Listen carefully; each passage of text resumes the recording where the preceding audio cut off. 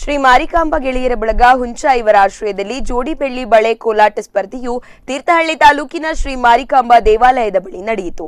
ಶ್ರೀ ವೀರಾಂಜನೇಯ ಕಲಾ ಸಂಘ ಬಡಗೋಡು ಮತ್ತು ಶ್ರೀ ರೇಣುಕಾಂಬ ಕಲಾ ಬಳಗ ಆಡೂರು ತಂಡಗಳು ಕೋಲಾಟ ಸ್ಪರ್ಧೆಯಲ್ಲಿ ಭಾಗವಹಿಸಿದ್ದವು. ತೀರ್ಪುಗಾರರಾಗಿ ತೀರ್ಥಹಳ್ಳಿಯ ಜನಪದ ಪರಿಷತ್ನ ಅಧ್ಯಕ್ಷರಾದ ಅಬೀಬ್ ತೀರ್ಥಹಳ್ಳಿ, ಉಡುಪಿ ಯಕ್ಷಗಾನ ಕೇಂದ್ರದ ಗುರುಗಳಾದ ಶೈಲೇಶ್ ಭಾಗವಹಿಸಿದ್ದರು.